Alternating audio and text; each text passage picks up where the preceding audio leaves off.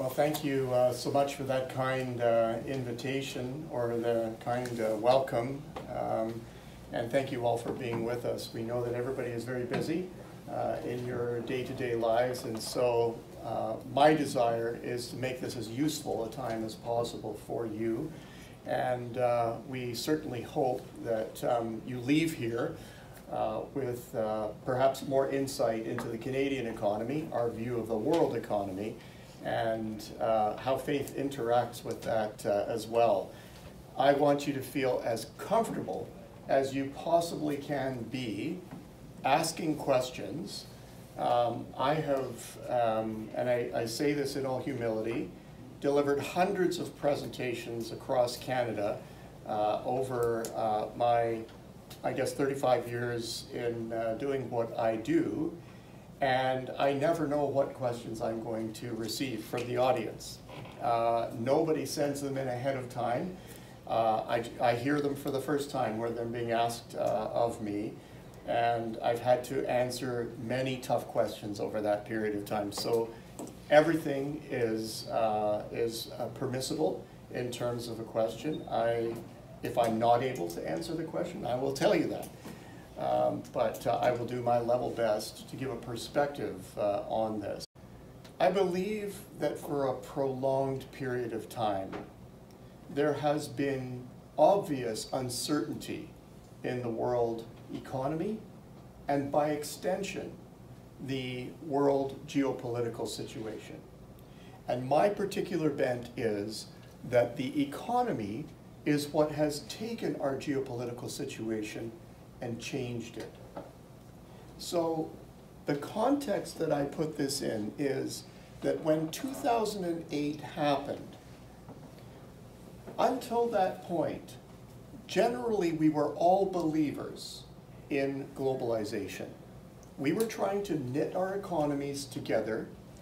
We had a cavalcade, many free trade agreements, double taxation treaties, investment protection agreements. Those were the three primary mechanisms that opened up trust in international trade over a prolonged period of time.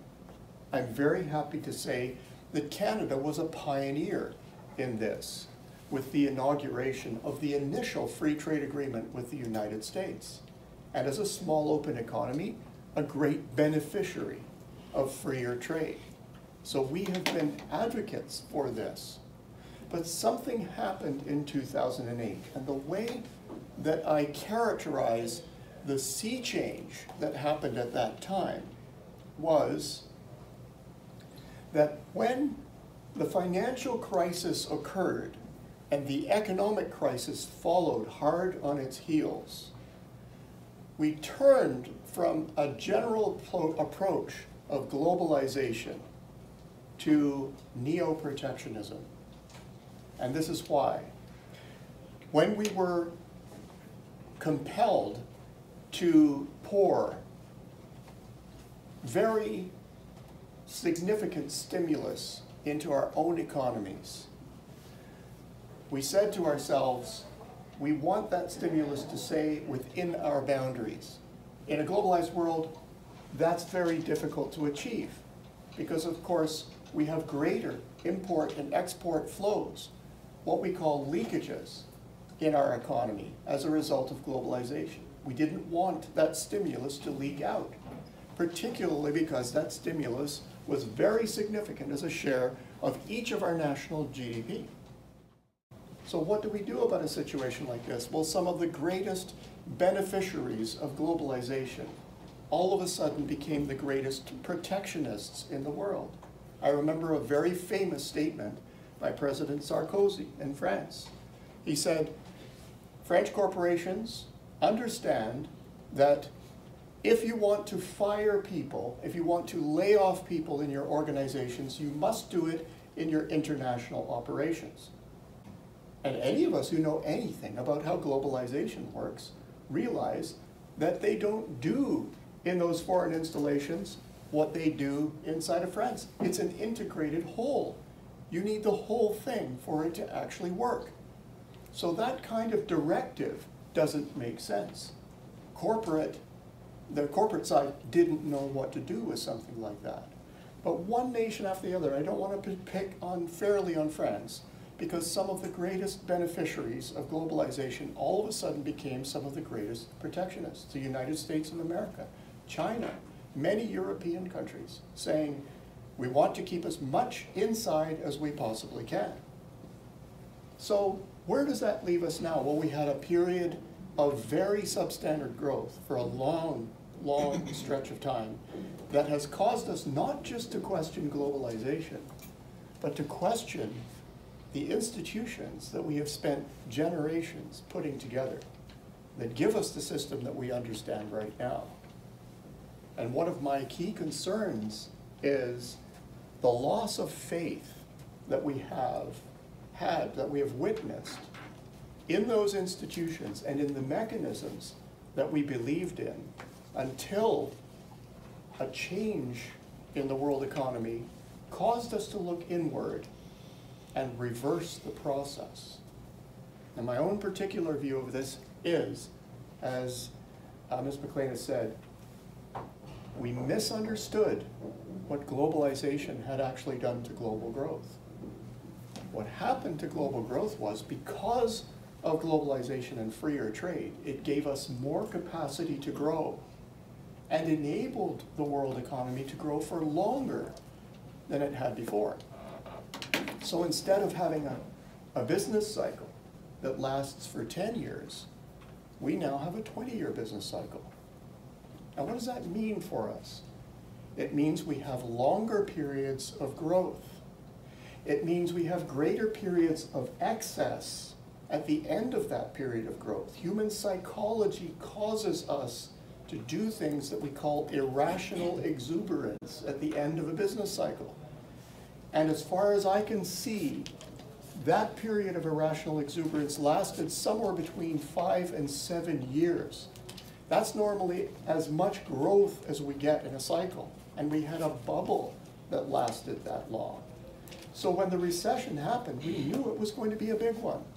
And we knew it was going to take a long time to recover from it. If you have that much excess, it needs to be used up.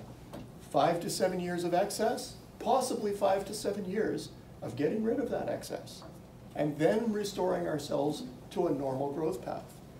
Well, the lack of understanding in that has caused us to call each phase of the business cycle a new normal.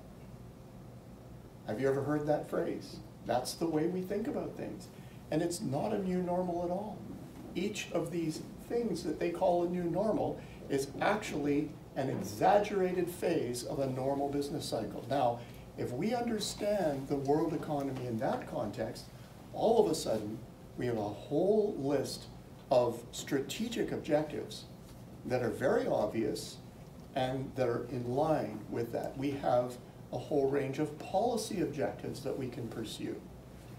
But where are we at right now? Well, the common understanding of things right now is that they are chaotic and that they are permanently chaotic, and so we need to recraft the entire system in which we operate.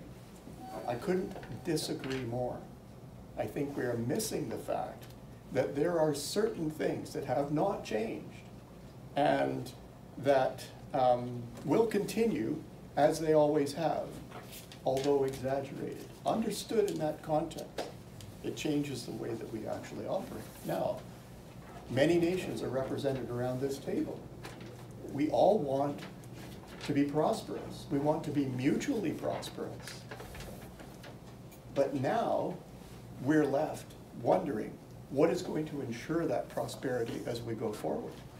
Will it be a more open, a more free world where we are interchanging with each other as we had envisioned during that period when everything was opening up, or not? Well, how do we forecast forward when everything is so chaotic? Well, it's a difficult thing to do. But I will say, and I'll stake my reputation on this, that one of the reasons we caught most of the changes that we had to deal with from 2007 to the present inside of my small shop at Export Development Canada was understanding the world in this context.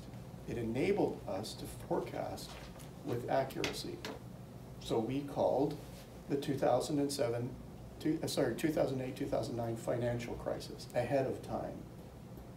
And this is all documented. We chronicled that it was going to be a very long recovery. We chronicled what the impacts of quantitative easing were going to be. And remember, nobody had ever done this before. It was brand new. We chronicled the collapse in commodity prices, which was related to the end of quantitative easing. Now, nobody predicted COVID-19 to happen, but the recovery from COVID-19 was something that was a great mystery. Most people thought we were going to have a downturn in the economy that was like the global financial crisis. We go down, and it's a very, very long recovery, and we said, no, this is going to be a very sharp recovery. And that's why we're dealing with inflation and higher interest rates right now. It's not because the economy can't handle things, it's because we misread how the economy was going to recover from COVID. And we didn't have policies that were appropriate to a very rapid recovery. We were all caught flat-footed. Anyway, I'm not trying to pat myself on the back here and say we got everything right. I could also tell you the things that we got wrong. But generally what you want to have is a picture of how things are unfolding that enables you to get the big movements in things. And that's what I've devoted my career to. So I would like, in the context of that, to answer whatever questions you might have in that context. Why high interest rates? What's the effect on the economy going to be? Where is international trade going to go? How is geopolitics going to get in the way of things? What are exchange rates going to look like? I don't know what your questions are going to be, but I'm more than happy to answer whatever you might want to put on the table. And of course, geopolitics, a great concern to all of us around the table, and more than happy to attempt at least to answer questions along those lines. Before we get to that, I just want to say that something like economic and geopolitical forecasting is not easy to do at the best of times. And it's been very difficult to do during these turbulent times. It requires faith. And one of the things that drives me as an economist is not just the knowledge or the experience that I've accumulated over time, but the faith that I have. The faith in a God who has changed my life radically, and I can tell you that story anytime you care to hear about it, but who I believe guides my work in a very direct way. And I'm not trying to be mystical. I don't look into a crystal ball or anything like that. I just try to faithfully ferret out the facts and look at the numbers first, analyze those, use my experience, use my wisdom, use the wisdom of my team that is around me, starting with that. And after that, we look at what everybody else is saying and judge our own analysis of the facts versus what everybody else is saying. So those are just a few tidbits, some personal, some professional. But please, I don't think we need to do anything more than just pass it off to our moderator at this point to take care of the question and answer period. The last thing I will say is, please feel as free as you possibly can to ask the big questions that you are struggling with right now, and I will do my best to answer them. Thank you.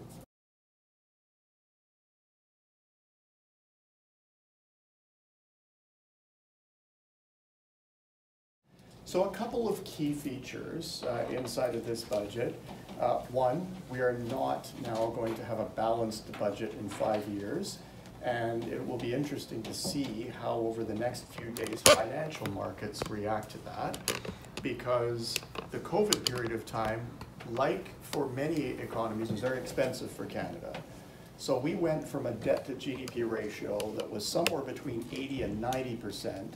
And according to the OECD, we're somewhere between 110 and 120%. Now, ratings agencies used to look at 100% as being a pass-fail mark. And so go over that threshold and your credit rating would be at risk. And of course, this happened to Canada back in the early 1990s.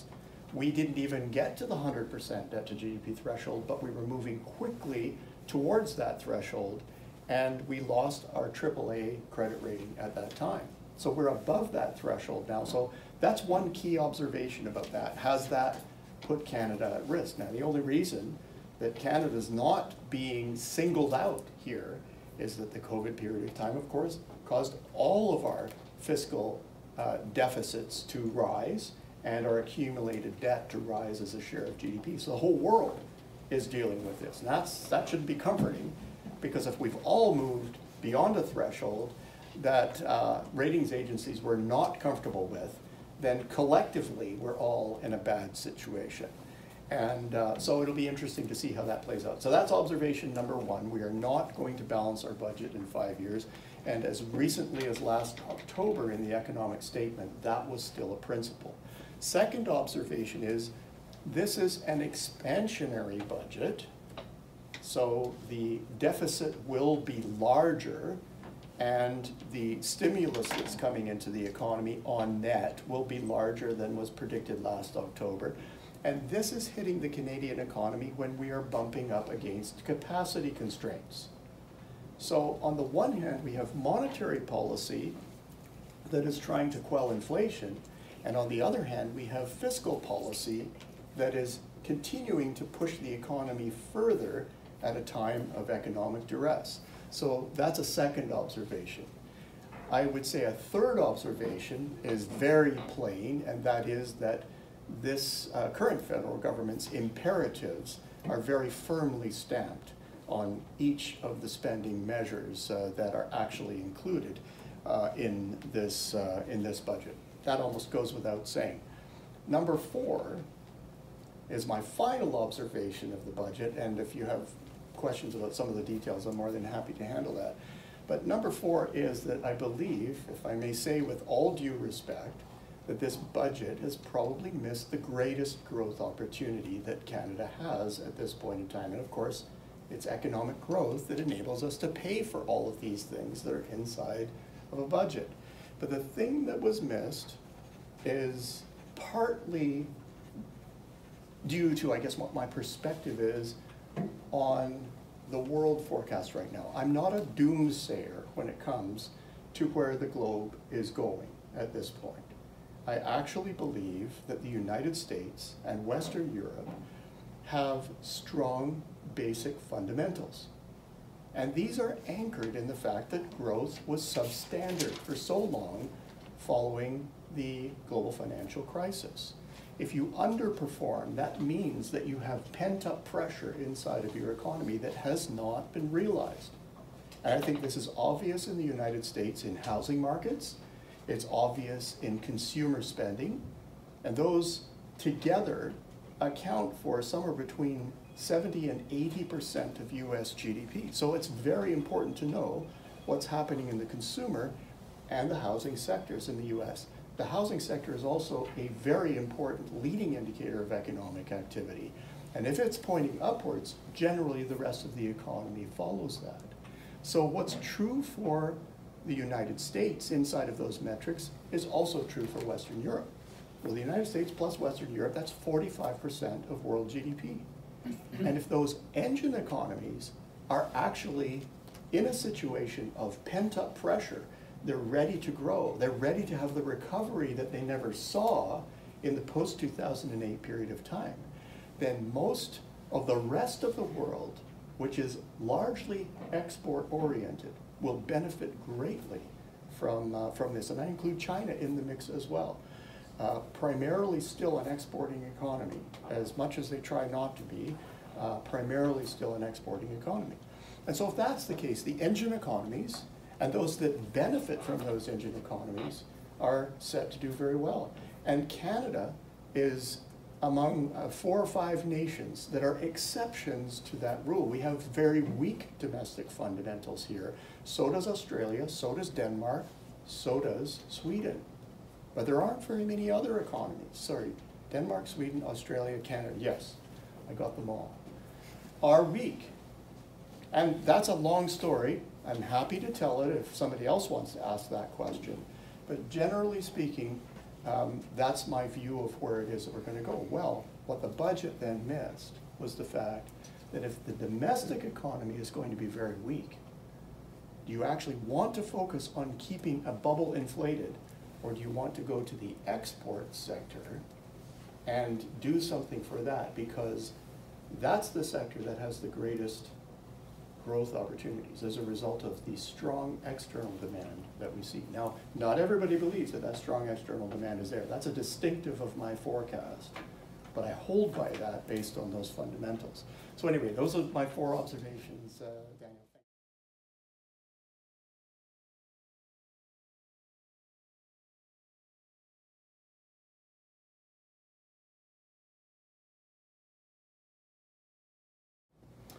That's an excellent question.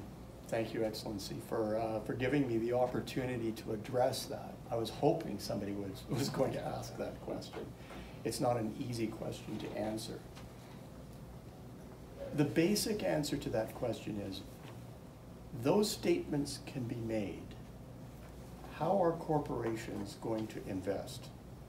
That's what's critical inside of this. So governments can decide this is the way that we want to operate, and they have a certain amount of power to bring that about. But how are companies essentially going to invest? Are they going to change their investments as we go through time? I'm not convinced that there is going to be a radical change in the pattern and the direction of investment. That's a bold call to make at this point in time, because it's probably early to make that as an assertion, but here's why. The first time SARS occurred, everybody said exactly the same thing. We've got to be very careful about dealing with economies, and we've got to be wary of a globalization that encourages the spread of pandemics. So what happened to us? Well, we said, we are going to retreat inside of a space that is safe to operate in. So perhaps the first flash of neo-protectionism happening then. When the scare was over in SARS-1, it was amazing how quickly we forgot about all those things that we were going to do. Now, what is the economic mechanism that I believe causes that to occur? Once the scare is over, we have a rush of activity that occurs. And the first order for all businesses is to try and meet as much of that demand as possible, as quickly as possible. And the ones that are able to do that are the ones that win the game, that get the greatest returns, whose shareholders love what it is that they're doing. How do they accomplish that? It's by using the investments that are already in place. So the first default of business, when everything starts to rise again, is to go to the existing infrastructure that they have and to use that. And in SARS-1, once they did that and realized, there was a reason that we made investments where we made them. They are efficient there. The supply chains work. They're not great when they're interrupted. That's an inconvenience. But when the interruption period is over, what works best is what we had decided to put in place before. So we see the same thing playing out right now. Many in the World Economic Forum said, just like 2008, this economy is going to go down and it's going to stay down for a long period of time. And what happened was the exact opposite. It went down and it came right back up again. 2 months down and 2 months right back to where it was before. And you might say, that's not what it felt like. If you look at retail sales in Western Europe, if you look at retail sales in Canada and the United States, 2 months down, 2 months right back to level. So that means that the largest part of all of our economies, the consumer, in most economies, 60% of overall activity. In the United States, 70% of overall activity. Down and right back up again. So how does business deal with that? when all expectations were that this was going to go down and stay down for a while. What do businesses do when they think they're going to have a great chasm? Well, they conserve cash. They liquidate their inventories. They try to sell off assets, productive assets. They lay off people. It's not easy to reverse that once you've done all of those things. And that's why we're dealing with an economy that has come back and we can't handle it. Because we liquidated the capacity to be able to do this. Now we're trying to find resources to be able to accommodate growth. Now I ask you, if we had the capacity before COVID occurred, and we're not that much above where we were prior to COVID right now, why do we not have the capacity to service current growth? It's a great mystery, isn't it? But that's what that kind of disruption actually does for us. So that's a long way around saying, I believe that many of the institutions that provide us goods and services are going to default, are already defaulting to the assets that they had. And there's all this talk about nearshoring, reshoring, friendshoring, and so forth. Yeah, decoupling, regionalization. There's so many labels that we can attach to that. I believe the default position in most firms is to go right back to what they were doing before. Now, one last thing I will say about this is, if you examine trade flows between the United States and China, you will see that the bulk of what existed before remains. So there's a lot of rhetoric and there's reality. So maybe you call me an eternal optimist for thinking that there is actually underneath the rhetoric a reestablishment of the globalization that existed prior to 2008. We can only hope. Thank you.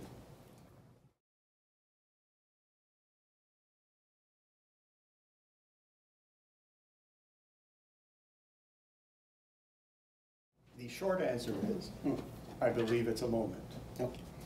Here's the rationale.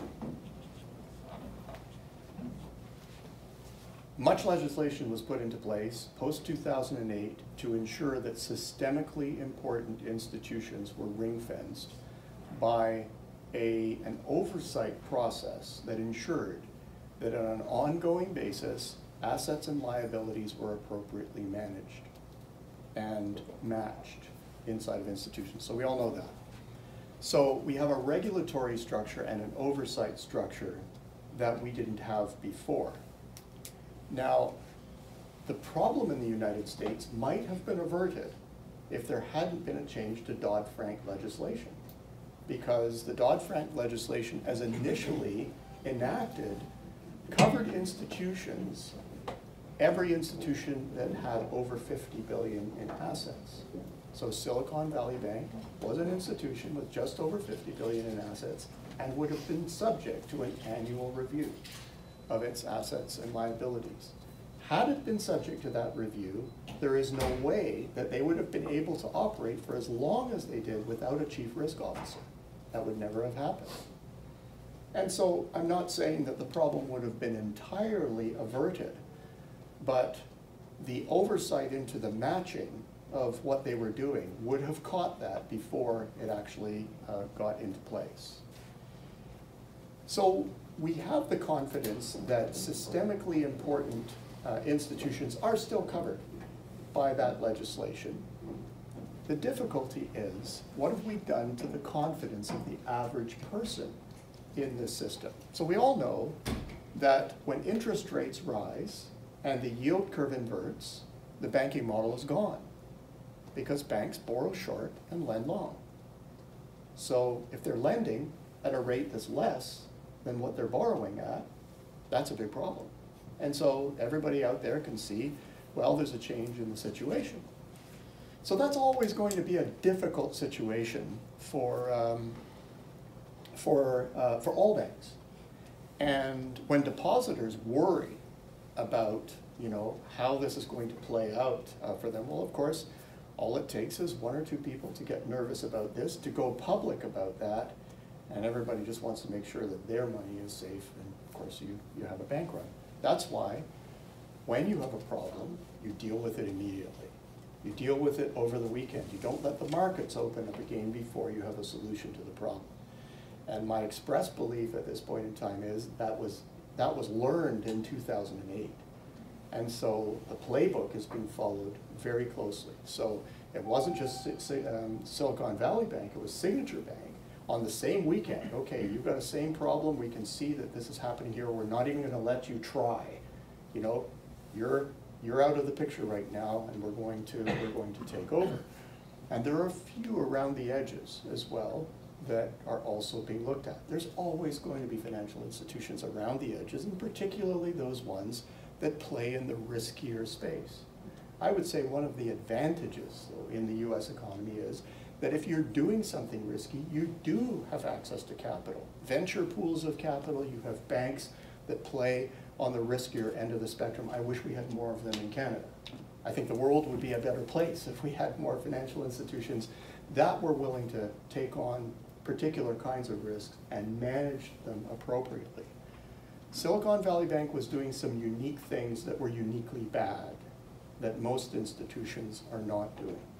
And I think markets generally understand that. The Credit Suisse problem was already a problem before all this happened. So if you have a pre-existing issue inside of your institution and the economy starts to turn down and interest rates spike and they're not going your way, I'm sorry, you had problems ahead of time, you're going to have problems now.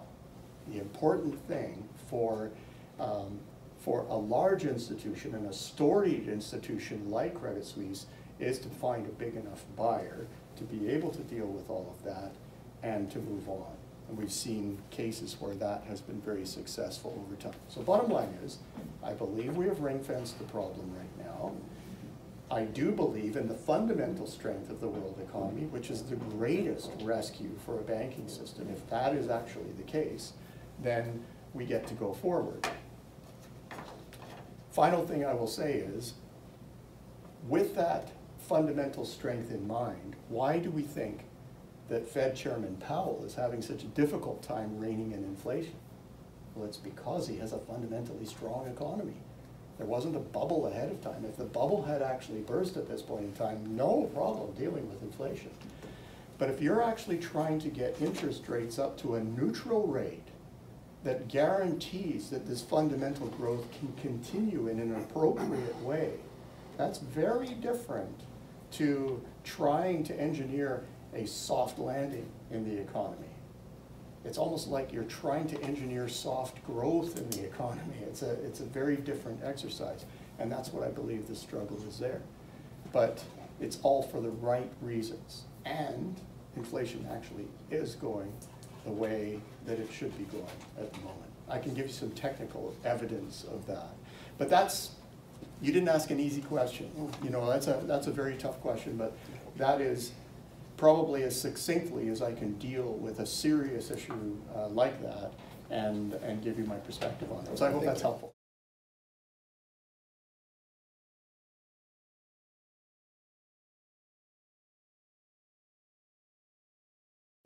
I'm going to betray my biases in the answer to that question that I'm going to give.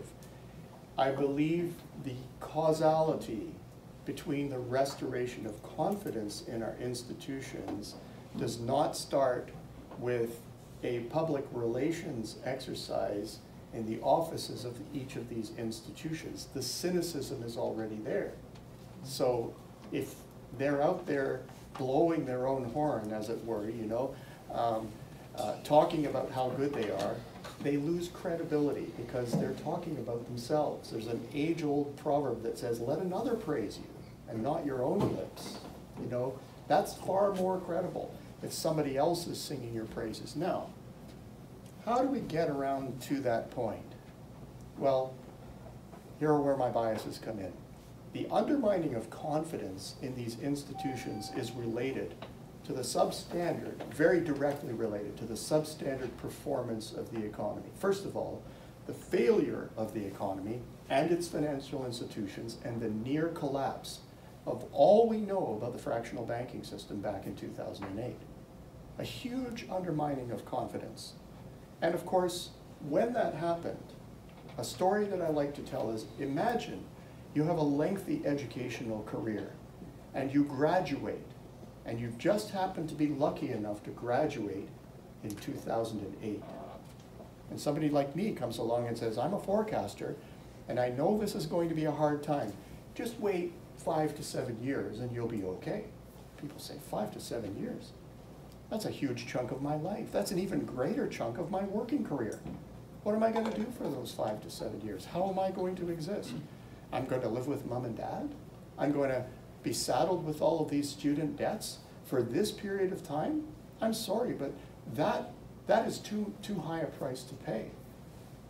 Well, that person and all the people that care about those persons, so it multiplies by a great amount, very cynical about our institutions.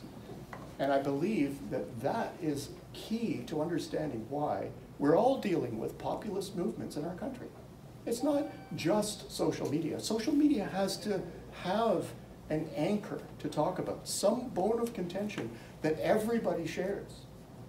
And essentially, this is being portrayed, I guess, in social media and in the popular media as a failure of capitalism. And so what do we need to do then to shore things up? Well, we need to recraft the entire system. Capitalism is just doing what capitalism has always done. In my view, of the structure itself is sort of like what Winston Churchill said about political systems. It's the worst form of economic system ever invented by man, except for all those other ones we try from time to time. And I think that's a great euphemism for where it is that we're at the moment. So let's not throw the baby out with the bathwater here. Let's understand the economic cycle in which this system of capitalism is operating. And let's figure out, okay, how do we actually account for a stretched out cycle, each of whose phases is exaggerated right now? I think that's our key thing. Get that right, and the faith in our institutions will be restored. That people ultimately want to have hope. They want to know that they can have an income.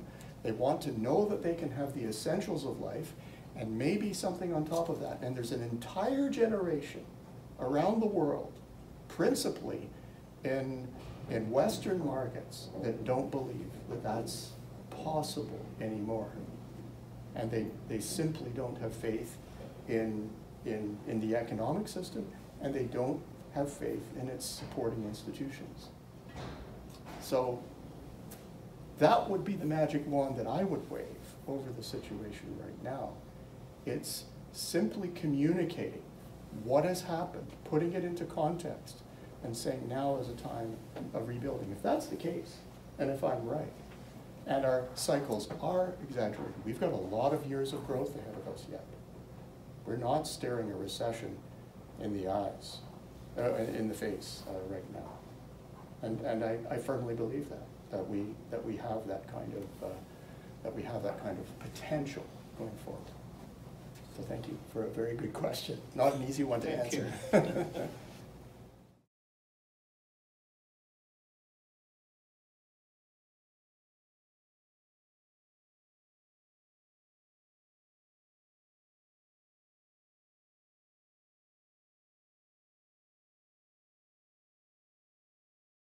It's not an easy one to answer, and if I were to take a shortcut to answering the question, I don't believe that we are immune at some point in time from a financial crisis that is global in scope.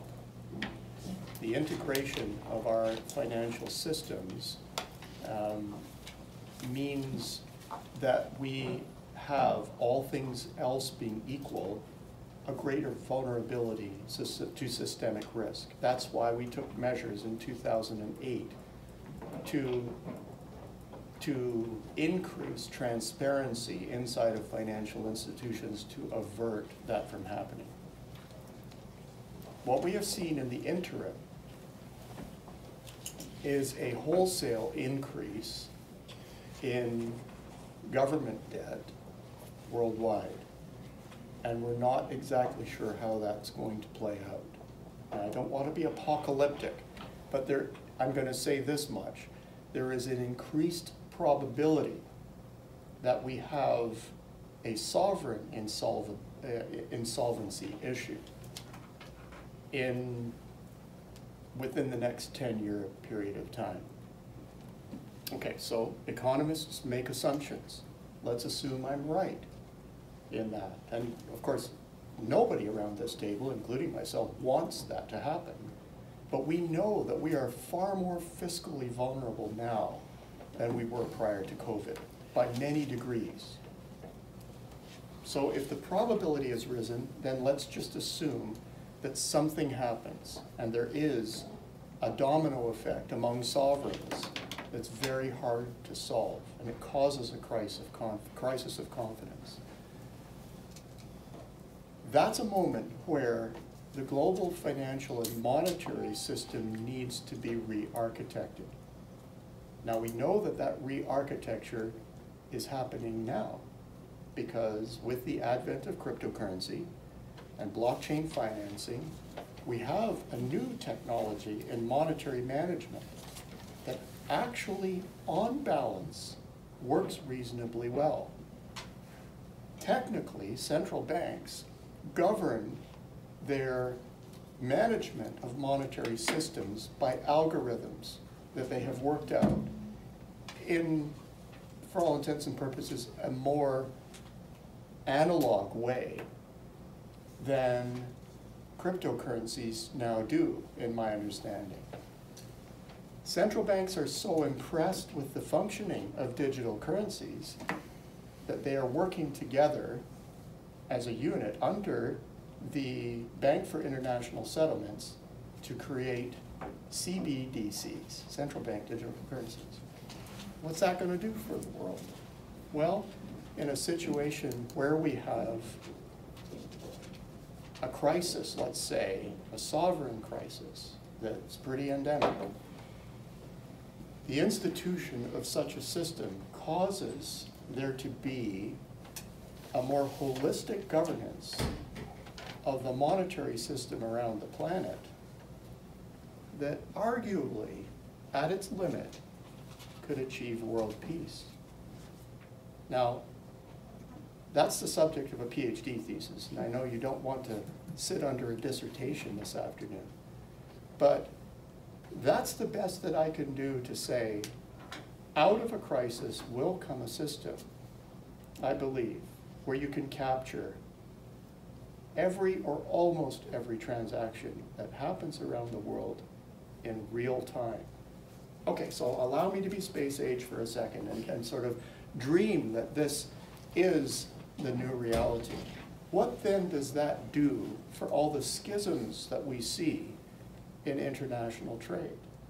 Well, if we've got transparency of what is happening country by country, no countries excluded from all of that, that rebuilds the trust factor between nations, because everything can be observed by everyone, everywhere, in real time. Okay? That's a dream. Economists have always had the dream that we would have perfect information. And this is the closest that technologically we can get to perfect information. Now, do I like that system? No. Because digital dominance means that there's a massive concentration of power. And anytime humans have had a massive concentration of power, it has not ended well. Okay? So that's my big fear for a situation like that. However, at least in the short run, the benefit that would be realized out of a system like that would not be a disintegration into blocks that trade around the world, but a reintegration, a realization of what globalization was originally put in place to achieve. Now you know that I'm living up in the clouds somewhere, and I really am not a realist when it comes to things, because it takes a fair amount of dreaming to envision a world like this. But I think the mechanisms that would achieve this are well on their way at the moment. You know inside of your own governments what roles You are playing inside of this. But there are enough central bank heads that are working on this that it's at least the beginnings of the system that I illustrate. I hope that's helpful.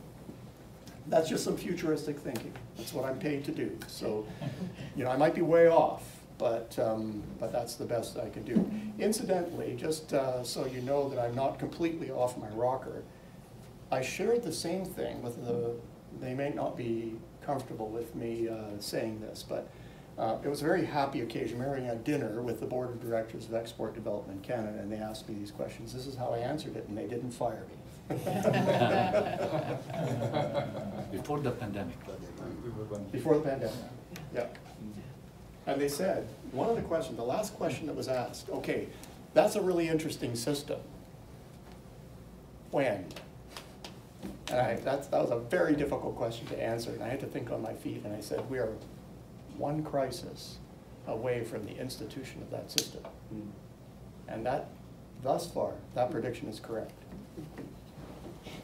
Well, thank you, Peter. We're nearing the end of the time that we've allotted. We're going to give you time to get off to your next appointment. But before we do that, do you have some concluding remarks that you'd like to make to sort of summarize all of that wisdom you've given us today? Then I want to turn it back to Darlene. So that is a tall order, friends, and excellencies, and distinguished guests. How does one wrap up a discussion that has spanned across a lot of different topics? The geopolitics, the economics, and then some. I believe that some of the movement that we are seeing in the economy as a result of the prominence of technology's role in the economy have great benefits, and there are some concerns as well. Notice that what it's doing in industry is causing concentration, a sort of winner-take-all structure. So if you have the technology that beats everybody else's technology, nobody else is going to touch you. Now, when I was back in school, we studied industrial organization. And one of the key worries was, how do you stop the inexorable desire of somebody operating in a free market to become a monopolist? How do you stop that from happening? I think one of the greatest challenges that we face going forward is that we are tending toward a world that, if it isn't full of monopolists, it's full of oligopolists that want to be monopolists. One of the great diplomatic challenges is to understand how we manage a situation like that efficiently, so that we don't have redistribution problems that exacerbate the cynicism that we find about institutions in our world today. I could probably conclude with many thoughts, but I think that's one that we could put a lot of serious thought to. Wouldn't it be nice if we could come around this table as all the representatives that come to Canada and work out a solution to that problem? Wouldn't that be fun? It all started here today. Anyway, thank you very much for your kind attention.